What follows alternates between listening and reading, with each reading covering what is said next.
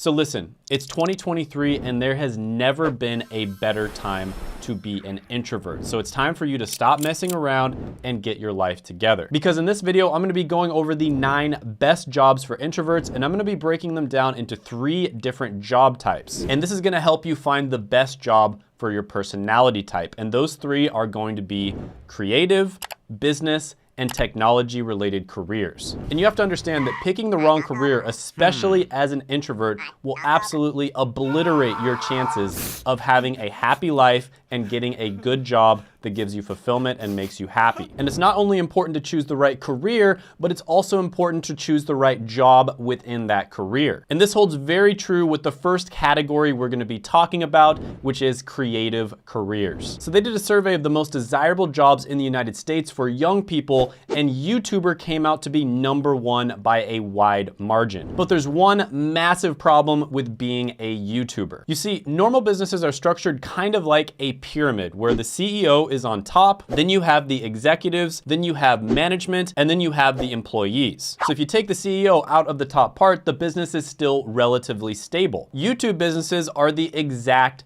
opposite, where you invert that pyramid. The CEO is at the bottom, then you have executives, then you have management, and then you have employees. If you take the CEO out, the pyramid is unstable and it's not able to keep standing, right? So you can't have Linus Tech Tips without Linus. You can't have Mr. Beast without Mr. Beast. And so it's extremely difficult for people who own these massive YouTube brands that are sometimes evaluated at billions of dollars and have hundreds of employees to outsource some of their creative work. And one of those positions that's incredibly difficult to outsource is script writing. So what a lot of people don't realize when they're watching YouTube videos is 95% of the things that happen, for instance, in a Mr. Beast video, are planned. They're scripted. Of course, there's always that 5% of things that happen out of the blue that they end up keeping in the final cut. But in order to make sure that they have a really good video, they have to have control over what happens, AKA scripting and planning. And script writing is a position that is incredibly difficult to fill. I know hundreds of different content creators, and almost all of us have to train script writers, right? There's no infrastructure to just go out there and hire a good script writer. We have to just kind of hire smart people and then spend a ton of time and effort training them. And so if you're able to help a YouTuber write scripts, that is incredibly valuable. And listen, the creator economy is at its infancy right now. There are creators out there that are getting more views than entire news networks, and yet they're only making a few $100,000 a year. And that's because they don't understand how to monetize yet. Whereas these news networks that are getting the same amount of views are making hundreds of millions. And in the next 5 to 10 years, these creators are going to be figuring out how to monetize, and I think they're gonna be making even more money than the news networks. And that means they are going to be hiring a ton of people. There's gonna have to be an infrastructure for this creator economy. And I always tell you on this channel to go where the opportunity is, and there is a massive amount of opportunity in the creator economy. And getting a job is great. I mean, think about it. You're essentially getting paid to learn valuable skills, but later on down the line, if you want to become a YouTuber yourself, this might be the best way to get into it. And if you don't go where the opportunity is, you're probably gonna end up like 95% of people hating their job. And on top of that, you're probably not gonna be able to get a girlfriend. So make sure that you follow this rule. And it's well known in the creative world that introverts tend to make better writers. In fact, most people I know who hire writers typically end up letting them work whenever they want. And the reason for that is because a lot of writers will do their best work at different times of the day. Sometimes it'll be in the morning, sometimes it might be in the afternoon after a nice walk, or sometimes it might be at night. And at the end of the day, all they care is that the writer puts out good work. And so you have a ton of freedom and autonomy as a writer, and you're typically only gonna have to talk to maybe 1 or 2 other people that you're familiar with. And contrary to popular belief, introversion isn't about being a loner or a weirdo, it's more about energy. You get energized by being alone or by being with people who you're very familiar with, and you lose energy when you have to interact with new people or large groups. And I happen to know that good or even decent level scriptwriters out there are making hundreds of thousands of dollars a year. And as an introvert myself, I still write my scripts. For instance, I wrote the script to this video, and I actually really enjoy doing it. And before we move on to the next one, which might even be better than scriptwriter, one thing I want to say about careers is I have probably helped more introverts and more people get into careers that they love than 99.9% of politicians. And most of my audience is introverted like me, so I know a lot when it comes to helping introverts get into their ideal careers. And this next one on the list is going to be for people who love cinematography, videography, watching YouTube videos, or editing. Now, most of the time when people talk about video editing online, what they're gonna tell you is you should get really skilled at video editing so you can take wedding videos. But the truth is, I have hired people who take wedding videos and they don't necessarily make good YouTube editors. So sometimes you'll hear really smart people say that you need to learn YouTube editing specifically because it's a completely different skill set than editing wedding videos. And what you should learn is called YouTube retention editing. So this is sort of unfortunate, but with the rise of TikTok, people's attention spans have been going down. And now, in order to capture people's attention on YouTube, you have to do what's known as retention editing. And this is basically where you maximize the retention of the YouTube video in order to send signals to the YouTube algorithm that it's a good video and it'll pump it out to a wider audience. Now, this isn't something that you're gonna notice unless you actually look for it, because the best editing is actually editing that you don't notice. So it's designed to appeal to your subconscious mind. Now, if you watch all the top YouTubers, and it doesn't matter which niche you go to, whether it's tech, business, finance, etc., you're gonna notice that the top ones all use retention editing. And basically, it's a way of making their videos as engaging and watchable as possible. And so if you're somebody who is an absolute YouTube nerd, you watch YouTube all the time, this is something that might appeal to you. And I'm gonna give an absolute pro tip on how to become a great retention editor. So first of all, you want to specialize in a specific YouTube niche. So for instance, you could start making videos for personal finance channels like mine. And then you want to look at the top personal finance channels on YouTube, put some of their top videos on a phone, and then put your video on another phone and put them right next to each other right in front of you. And then what you want to do is you want to watch the video with no sound, right? So watch their video and then watch your video with no sound. And then you want to take note of how many edits there are in the first 30 seconds. And you also want to take note of what types of edits. And you're probably going to notice that if you're not thinking about retention editing, a normal video might have like 8 to 10 cuts in the first 30 seconds. Whereas somebody who's doing retention editing and doing it well probably has somewhere between 30 to 60 cuts within the same amount of time. And this is like the best pro tip I have ever heard when it comes to getting really good at editing. I think I might have heard this from Mr. Beast. But yeah, I currently pay a bunch of editors. They make really good money. And this is one where I know the top editors are making hundreds of thousands of dollars a year, and the top YouTubers are basically fighting over their time. Now, the next one on the list might be even more valuable than the first two that I talked about. And this is one where I've seen people actually break into the 7-figure mark per year. And the way they're able to do this is by becoming a content strategist. So there's this great YouTube channel that I followed for a while called Paddy Galloway, and he basically broke down how the top YouTubers are, first of all, creating successful YouTube videos, and then second of all, monetizing their content. And Paddy Galloway started by making content on YouTube, and he was able to leverage that into becoming the content strategist for Mr. Beast. So a content strategist for a YouTuber is almost like being a general for a king. You're gonna help them come up with the content strategy to beat the algorithm. And there's gonna be a ton of research, organization, analysis, and planning skills that go into that. So if you're the type of person who likes to kind of plan things behind the scene, like you like being the person who's behind the curtains pulling the strings, but you don't wanna be the face of the organization, this can be a phenomenal career for you. Now, not everybody wants to get into creative careers, so the next set of careers I'm gonna talk about are going to be business related. Now, most people think that you have to be an alpha male, bad boy, extrovert in order to be successful in business. But the truth is, the most successful people in business are introverted, nerdy types. I mean, think about the richest people in the world. Do they look like extroverts? Do they look like alpha males to you? So don't be afraid to learn business if you're introverted and nerdy, because it's probably an advantage. So this first career has to do with ads. And every single year, trillions of dollars are spent on advertising. And if a company does a good job advertising, if they spend $1,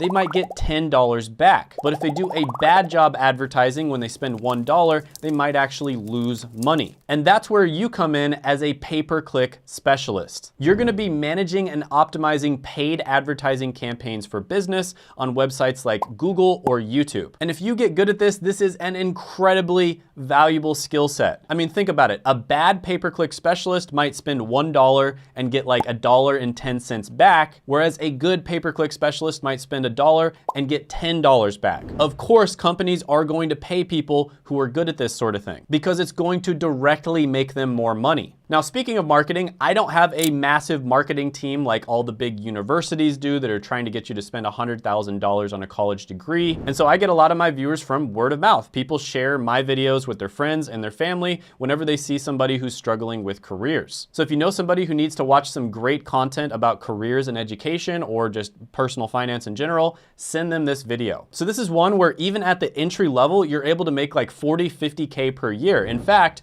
I actually did an interview with James, who is a 16-year-old who was able to get a job in digital marketing, and he was able to make $40,000 a year right off the bat. And James was trained by my friend Seth, who has literally trained thousands of people to become digital marketers. And he has a free training that will basically go over the different types of digital marketing and whether it's a good option for you depending on your personality. And I'll put that down in the description as well as the pinned comment below. Now, the next one on the list is going to involve Google. And every single day, there's 8.5 billion searches on the platform. And all the different websites compete with each other to be at the top of the search results when people search those terms. And the process of getting the articles on your website to be at the top of the search rankings is called search engine optimization, or SEO. And this is where you come in as an SEO specialist. Now, this is especially good for analytical types that like deciphering Google's algorithm and figuring out what makes articles rank at the top and what makes them rank at the bottom. And SEO is not only about figuring out what the best terms are and the best way to title your article, but it's also about making the most valuable content that you possibly can so that people stay on your article for a longer amount of time, and they also have a good experience while they're reading it. And this is another one where SEO specialists tend to work independently. You don't have to talk with that many people, and the people that you do talk to, you're going to be familiar with. Now, the third one on this list might come as a massive surprise because it has to do with sales. And as an introvert, you probably think that sales is one of the worst possible jobs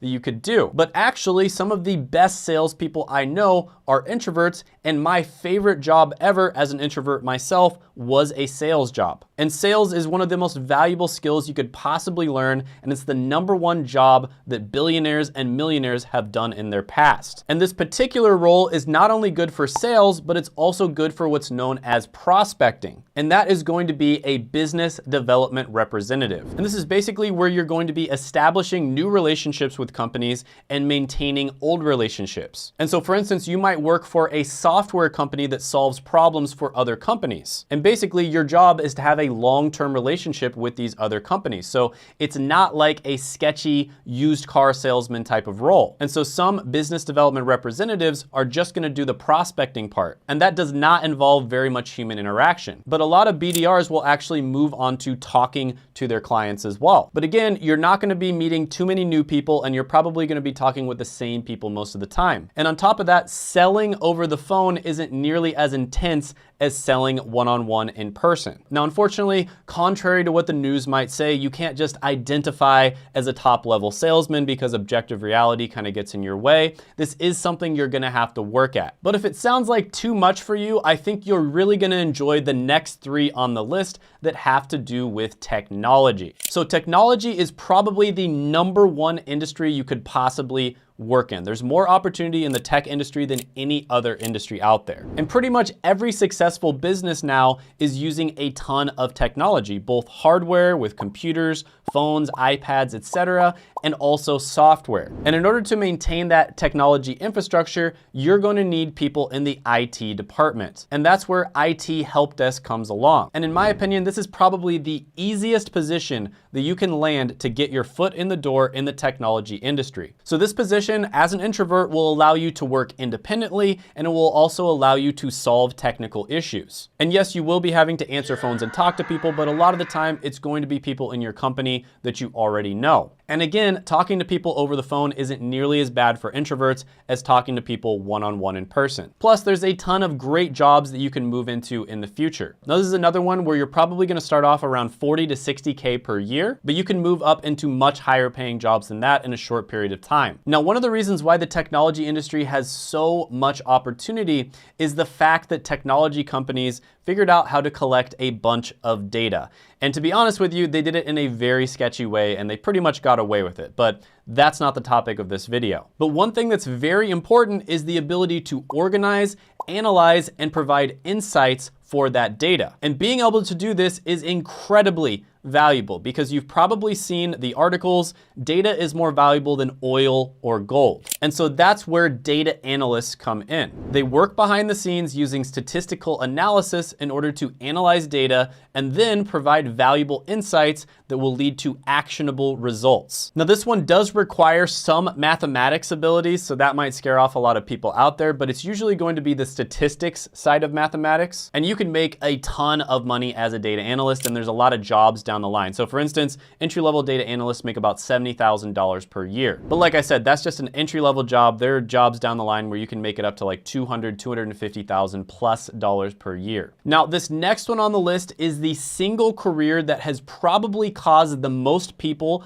to be able to retire at an early age, sometimes 40s or even 30s. This is the #1 career that you see in the financial independence retire early movement, and that is going to be software developers. And basically everything that you see on the internet was created by a software developer. So for instance, this YouTube channel, you're watching this on YouTube, I would assume that was created by software developers. The algorithm that suggested this video to you was created by software developers. The phone or the TV or the computer that you're watching this on was partially created by software developers. And software development is basically the ability to speak the language of robots and command them to do whatever you want. And they make a ton of money. Even the entry-level software developer job makes about $95,000 a year. And if you look at websites like levels.fyi, you're gonna see plenty of people who make $200,000, even $300,000 a year when you consider not just the salary, but also the bonuses and stock options. Now, this is one where I'll say it's a little bit more difficult to get into than a lot of the other ones on this list. Almost every single other one that I mentioned here, you could probably get into within like 3 months, maybe 6 months max. But for software developer, it's probably gonna take you a little bit longer than that. But yeah, this is another career that is absolutely dominated by introverts. And introverts do tend to love remote or semi-remote jobs. And I actually created a tier list where I ranked the best and the worst remote jobs from S tier, which is the best, to F tier, which is the worst.